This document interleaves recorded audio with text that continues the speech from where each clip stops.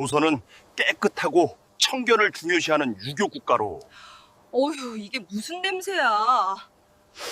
이곳의 악취는 유럽의 어떤 도시보다 심각합니다.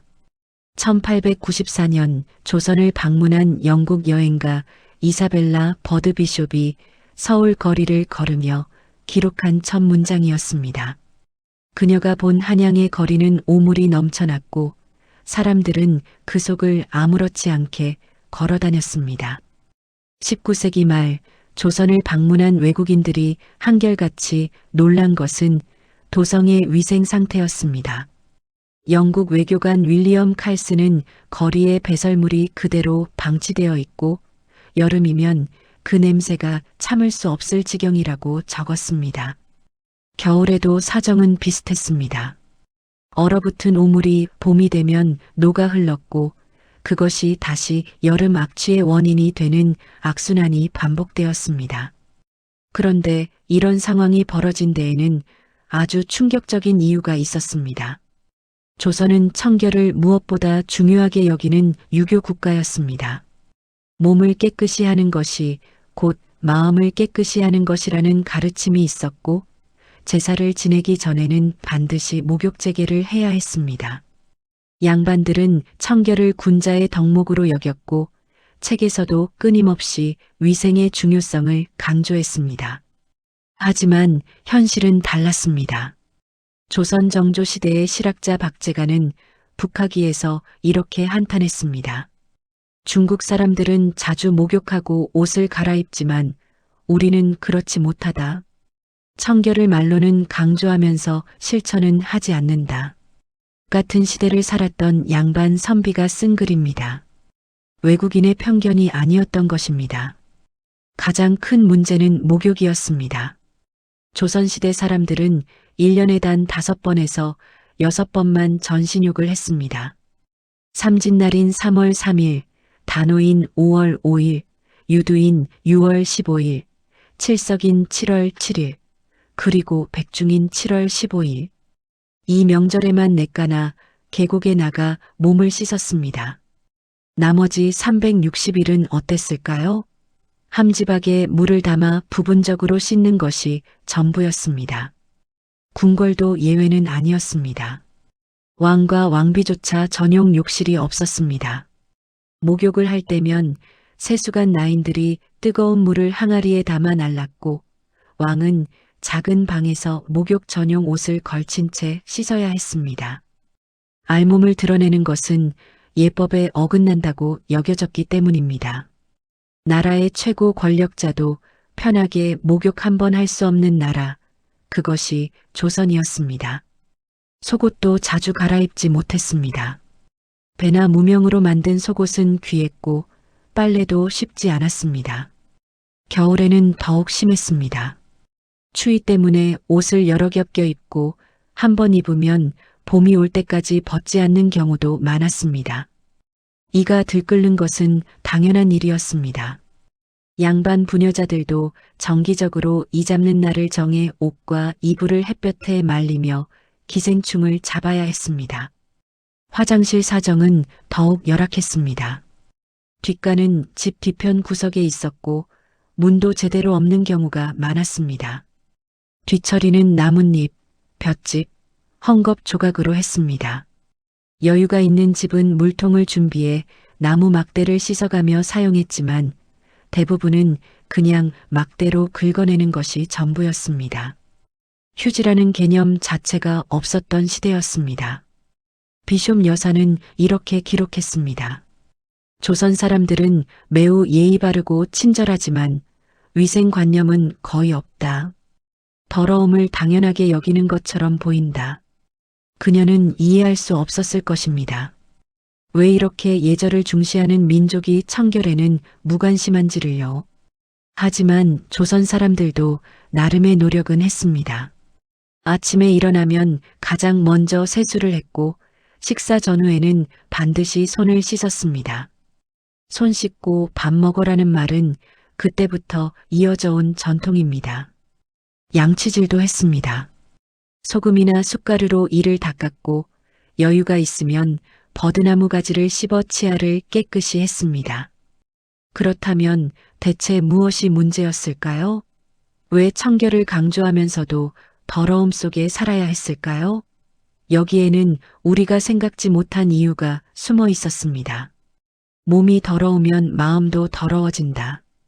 조선을 세운 선비들이 가장 먼저 백성들에게 가르친 말이었습니다. 성리학의 창시자 주자는 목욕제계는 단순히 몸을 씻는 것이 아니라 마음의 때를 씻어내는 신성한 의식이라고 했습니다. 조선은 이 가르침을 나라의 근본으로 삼았습니다. 그런데 이런 상황이 벌어진 데에는 아주 충격적인 이유가 있었습니다. 조선의 양반들은 청결을 군자의 필수 덕목으로 여겼습니다.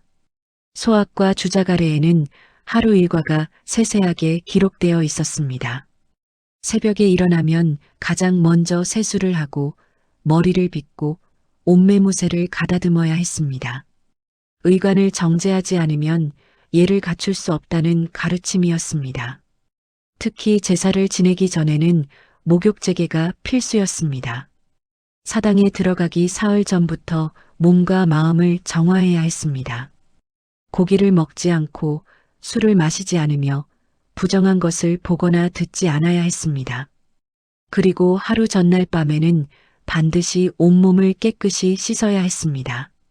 제사는 1년에 적게는 4번, 많게는 10번 이상 지냈으니 양반이라면 최소한 그만큼은 목욕을 해야 했던 것입니다. 양반가에는 정방이라는 공간이 있었습니다. 말 그대로 깨끗한 방이라는 뜻이었습니다. 크기는 작았지만 이곳에서 목욕제계를 했습니다. 물론 모든 양반가에 있었던 것은 아니었습니다. 상당한 재력이 있어야 만들 수 있는 시설이었습니다. 대부분의 양반들은 집 한쪽에 물을 데울 수 있는 공간을 만들고 그곳에서 함지박에 물을 받아 씻었습니다. 조선 초기의 기록을 보면 양반들의 이상적인 생활이 그려져 있습니다. 아침에 일어나면 찬물로 세수를 하고 식사 전후에는 반드시 손을 씻어야 했습니다. 외출해서 돌아오면 손과 발을 씻어야 했습니다. 더러운 손으로 밥상을 대하는 것은 부모에 대한 불효라는 가르침도 있었습니다. 세면 도구도 발달했습니다. 조두라는 천연 비누가 있었습니다. 콩깍지를 말려서 만든 것으로 기름기를 잘 제거했습니다. 부유한 집에서는 봄부터 가을까지 콩깍지를 모아 말렸다가 겨울에 쓸 조두를 만들어 저장했습니다. 얼굴을 씻을 때는 쌀뜨물이나 밀기울을 사용했습니다. 여인네들은 특히 쌀뜨물로 세수하면 피부가 하얘진다고 믿었습니다. 양치질도 중요한 일과였습니다. 아침에 일어나면 소금으로 이를 닦았습니다. 재력이 있는 집에서는 녹염이라는 특별한 소금을 사용했습니다. 사슴의 뿔을 태워 만든 소금으로 치아를 튼튼하게 해준다고 알려져 있었습니다. 버드나무 가지를 씹어 치아를 닦는 방법도 있었습니다. 버들가지의 섬유질이 칫솔 역할을 했던 것입니다. 혼인을 앞둔 교수들은 더욱 철저하게 몸을 관리했습니다. 동의보감에는 몸에 향이 나게 하는 방법이 기록되어 있었습니다. 모양이라는 풀의 잎을 다져 물에 넣고 목욕하면 나쁜 냄새가 사라진다고 했습니다. 영능향이라는 약초를 넣은 물로 목욕하면 몸에서 은은한 향이 난다고도 했습니다. 부유한 양반집 교수들은 혼례 한 달 전부터 이런 목욕을 했습니다. 인삼탕, 복숭아꽃물, 창포물 등 다양한 약초를 넣은 목욕물도 사용했습니다. 단순히 몸을 씻는 것이 아니라 건강을 지키고 아름다움을 가꾸는 방법이기도 했습니다. 양반 남성들도 중요한 벼슬에 나가기 전에는 난초를 삶은 물로 목욕을 했습니다. 품위를 지키기 위한 필수 의례였습니다. 경국대전에는 관리들의 위생에 관한 규정도 있었습니다. 관리는 항상 의복을 청결히 하고 몸을 깨끗이 하여 예를 잃지 말아야 한다. 심지어 위생을 지키지 않은 관리에게 벌을 주는 조항도 있었습니다. 적어도 법과 이상에서는 조선은 청결한 나라였습니다. 세종대왕은 신하들에게 이렇게 말했습니다. 백성들이 깨끗한 물을 마시고 깨끗한 곳에서 살 수 있도록 하는 것이 임금의 도리다. 실제로 세종은 전국의 우물을 정비하고 한양의 하수시설을 개선하는 데 힘썼습니다. 온천의 의료 효과를 연구하게 했고 백성들이 온천욕을 할 수 있도록 했습니다. 이처럼 조선의 지배층은 청결을 매우 중요하게 여겼습니다. 책에도 쓰고 법에도 명시하고 백성들에게도 가르쳤습니다. 깨끗한 몸에 깨끗한 마음이 깃든다는 믿음은 확고했습니다. 그런데 왜 현실은 그렇게 다가왔을까요? 이상과 실제 사이에는 깊고 어두운 골짜기가 있었습니다. 물이 없습니다. 한양 도성안에 사는 평민 김씨가 관가에 올린 소장의 첫 문장이었습니다. 1600년대 중반 한양의 인구는 20만 명을 넘어섰지만 우물은 턱없이 부족했습니다. 새벽같이 일어나 우물가에 줄을 서도 물 한 동이 길어오기가 어려웠습니다. 물 부족이 모든 문제의 시작이었습니다. 목욕을 하려면 엄청난 양의 물이 필요했습니다. 한 사람이 전신욕을 하려면 최소한 물 10동이는 있어야 했습니다. 그 물을 데우려면 장작도 필요했습니다. 평민들에게 이것은 사치였습니다. 하루 세끼 먹기도 어려운 상황에서 목욕은 꿈도 꿀 수 없는 일이었습니다. 그래서 사람들은 명절을 기다렸습니다. 3월 삼진날, 5월 단오, 6월 유두, 7월 칠석과 백중. 이날만큼은 온 가족이 냇가나 계곡으로 나갔습니다. 신윤복의 그림 단오풍정에는 여인들이 개울에서 머리를 감는 모습이 그려져 있습니다. 1년에 몇 번뿐인 기회였기에 이날만큼은 온종일 물가에서 보냈습니다. 나머지 360일은 어떻게 지냈을까요? 함지박이 전부였습니다. 지름이 50cm 정도 되는 큰 나무 그릇에 물을 담아 한 부위씩 닦아내는 것이 일상의 목욕이었습니다. 아침에는 세수, 저녁에는 발 씻기, 볼일을 본 후에는 뒷물. 이것이 조선 사람들의 위생 루틴이었습니다. 문제는 겨울이었습니다. 추위가 매서운 한반도의 겨울에 몸을 씻는다는 것은 거의 불가능에 가까웠습니다. 방 안에 화로를 피워도 금세 식어버렸고 젖은 몸으로 있다가는 병에 걸리기 십상이었습니다. 그래서 겨울 석 달 동안은 얼굴만 간신히 씻고 지냈습니다. 봄이 오면 그동안 쌓인 때를 벗겨내는 것이 첫 번째 일이었습니다. 양반들도 크게 다르지 않았습니다. 물과 땔감을 구하기는 쉬웠지만 다른 문제가 있었습니다. 바로 유교의 금기였습니다. 알몸을 드러내는 것은 예법에 어긋나는 일이었습니다. 남자든 여자든 목욕을 할 때는 얇은 베옷을 입어야 했습니다. 그 옷을 입은 채로 물을 끼얹으며 씻었습니다. 제대로 씻기가 어려웠던 것은 당연했습니다. 궁궐의 왕과 왕비도 예외는 아니었습니다. 목욕을 할 때면 세수간 나인들이 뜨거운 물을 여러 항아리에 담아 날랐습니다. 왕이 사용하는 목욕통은 향나무로 만든 것이었지만 크기는 작았습니다. 몸을 완전히 담글 수 있는 크기가 아니었습니다. 왕비도 얇은 목욕 전용 옷을 걸친 채 씻어야 했습니다. 나라의 최고 권력자조차 편하게 씻을 수 없었던 것입니다. 옷 역시 문제였습니다. 조선시대 사람들은 겉옷만 해도 몇 겹을 입었고 그 안에 속옷도 여러 벌을 껴입었습니다. 빨래는 일주일에 한 번 하면 다행이었습니다. 빨래판에 옷을 놓고 방망이로 두들겨 빨았는데 힘도 들고 시간도 오래 걸렸습니다. 특히 겨울 옷은 두꺼워서 한 번 빨면 며칠을 말려야 했습니다.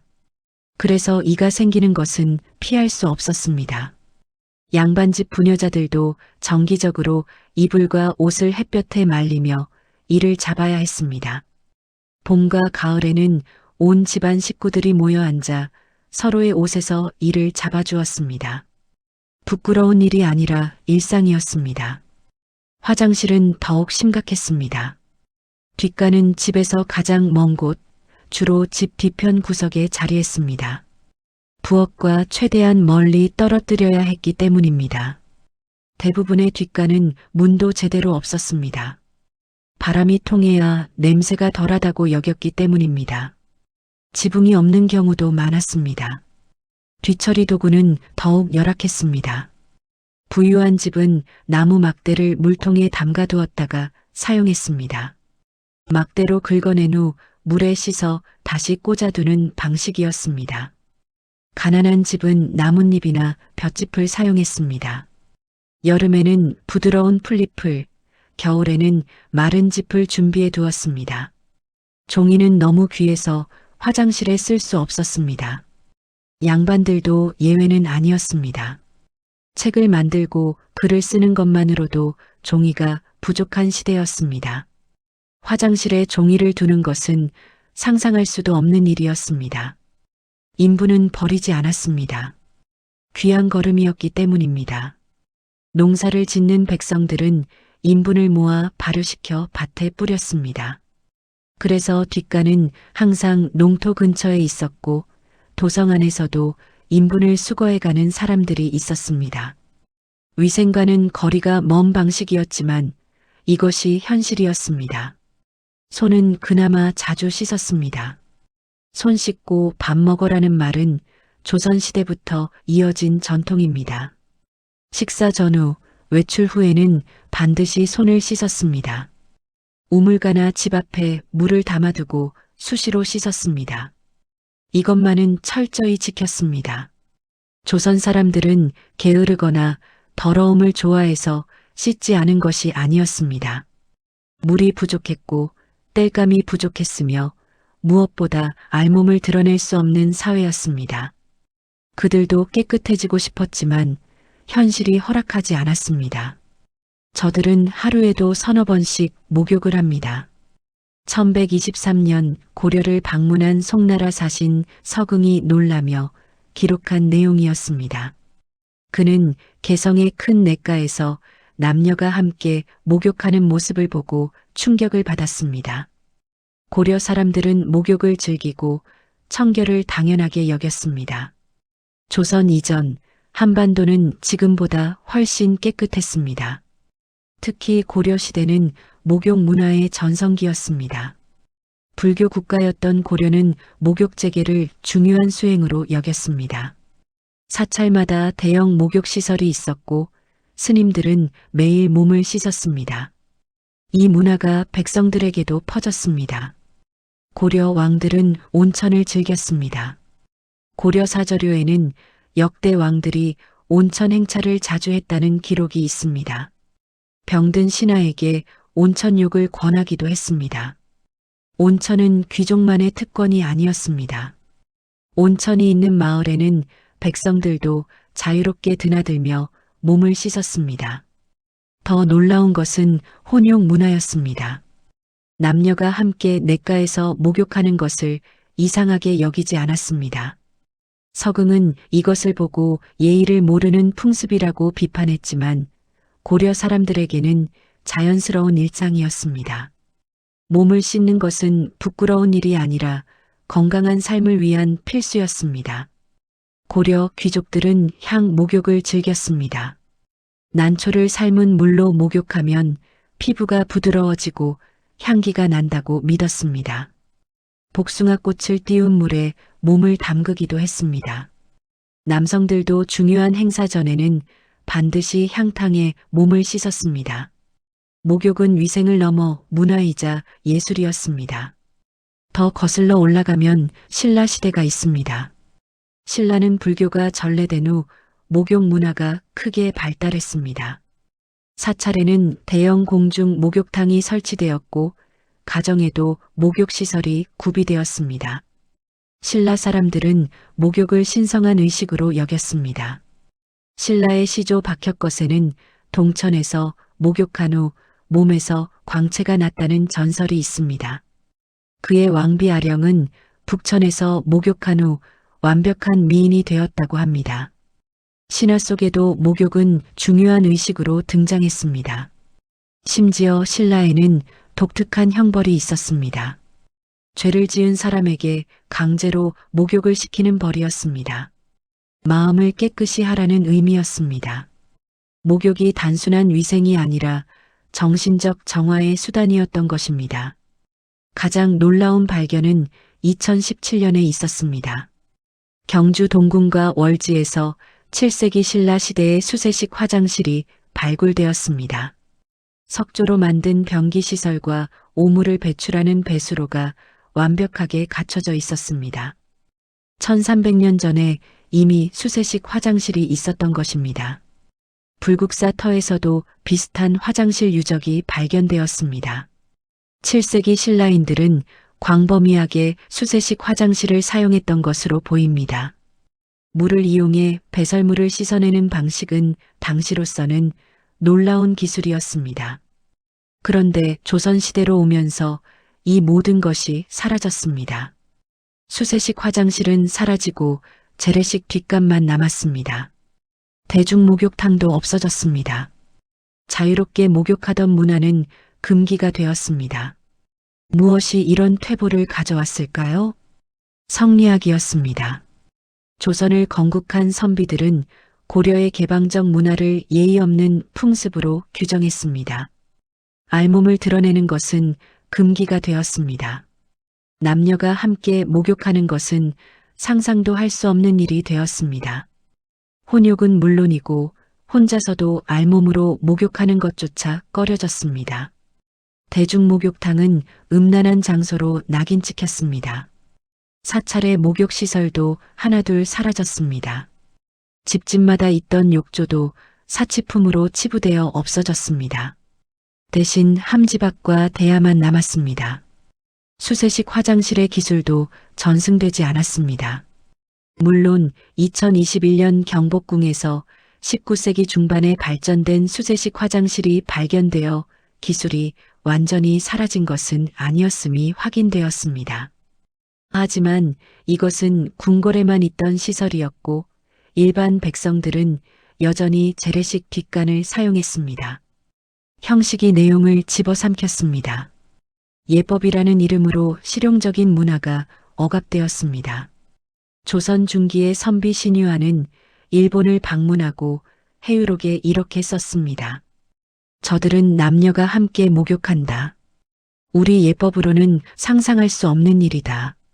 그는 일본을 비판했지만 정작 일본의 목욕 문화는 고려 시대 한반도에서 전해진 것이었습니다. 발전은 항상 앞으로만 가지 않습니다. 때로는 뒤로 가기도 합니다. 조선의 위생 문화는 바로 그런 퇴보의 역사였습니다. 역사는 우리에게 무엇을 가르치는가? 20세기 초 일본의 식민 통치가 시작되면서 조선에도 대중목욕탕이 다시 생겨났습니다. 500년 만의 일이었습니다. 처음에 사람들은 낯설어했지만 곧 목욕탕은 인기를 끌었습니다. 사람들은 깨달았습니다. 깨끗해진다는 것이 이렇게 기분 좋은 일인지를요. 조선의 위생 문제는 단순히 개인의 게으름이나 무지 때문이 아니었습니다. 구조적인 문제였습니다. 첫째는 물 부족이었습니다. 한양 도성안의 우물은 턱없이 부족했고 물을 구하기 위해 새벽부터 줄을 서야 했습니다. 목욕은 사치가 아니라 불가능에 가까운 일이었습니다. 둘째는 땔감 부족이었습니다. 물을 데우려면 많은 장작이 필요했습니다. 조선 후기로 갈수록 산림이 황폐해지면서 나무를 구하기가 어려워졌습니다. 난방도 부족한 판에 목욕을 위해 장작을 쓴다는 것은 상상하기 어려웠습니다. 셋째는 가장 근본적인 문제, 바로 이념이었습니다. 성리학은 형식과 예법을 무엇보다 중시했습니다. 알몸을 드러내는 것은 예의에 어긋난다고 여겼습니다. 실용보다 형식이 우선이었습니다. 그래서 고려 시대의 대중목욕 문화는 사라졌고 신라의 수세식 화장실 기술은 전승되지 못했습니다. 하지만 조선 사람들을 비난할 수는 없습니다. 그들도 그 시대 안에서 최선을 다했습니다. 물이 부족한 환경에서도 손만큼은 자주 씻으려 노력했습니다. 손 씻고 밥 먹어라는 전통은 오늘날까지 이어지고 있습니다. 식사 전후 손 씻기, 외출 후 손발 씻기. 이런 습관은 조선시대부터 뿌리내린 것입니다. 조두라는 천연 비누를 만들었었고 쌀뜨물로 세수를 했으며 소금으로 양치를 했습니다. 제한된 환경에서 나름의 방법을 찾아낸 것입니다. 인분을 거름으로 재활용하는 지혜도 있었습니다.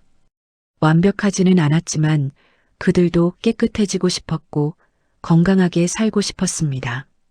중요한 교훈은 이념이 현실을 압도할 때 어떤 일이 벌어지는가 하는 것입니다. 조선은 청결을 강조하는 나라였지만 정작 백성들은 더러움 속에서 살아야 했습니다.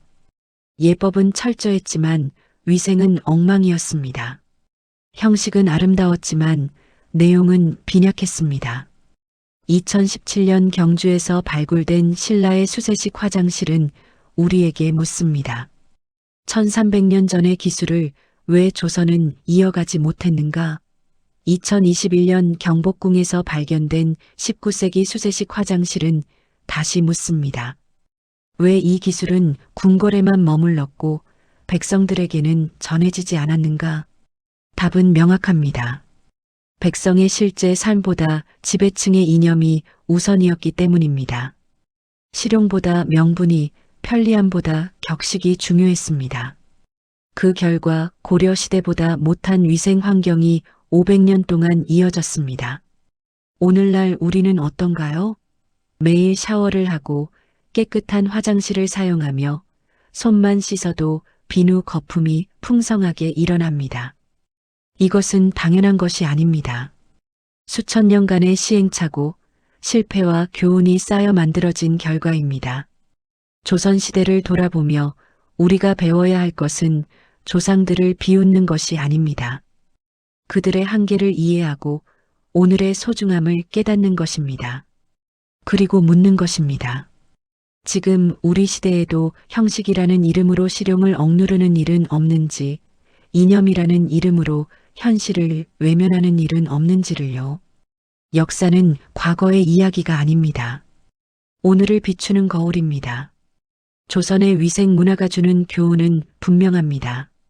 아무리 아름다운 이상도 백성의 실제 삶을 외면하면 공허할 뿐이라는 것, 형식이 내용을 압도하면 퇴보가 시작된다는 것, 그리고 발전은 저절로 오지 않으며 때로는 뒤로 갈 수도 있다는 것입니다.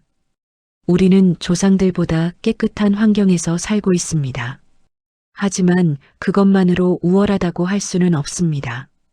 진정한 배움은 과거를 비판하는 데 있지 않고 그 시대 사람들이 어떤 한계 속에서 어떻게 살아냈는지를 이해하는 데 있습니다. 조선시대 사람들도 깨끗해지고 싶었습니다. 건강하게 살고 싶었습니다. 다만 그들이 살았던 시대가 그것을 허락하지 않았을 뿐입니다. 우리는 그들의 노력을 기억하고 그들의 한계에서 배우며 오늘의 풍요로움에 감사해야 합니다. 그리고 다짐해야 합니다. 다음 세대가 우리를 돌아볼 때 그들은 형식에 갇혀 본질을 잃었다는 평가를 받지 않도록 이념보다 현실을, 명분보다 실용을 소중히 여기는 사회를 만들어가야 한다고 말입니다.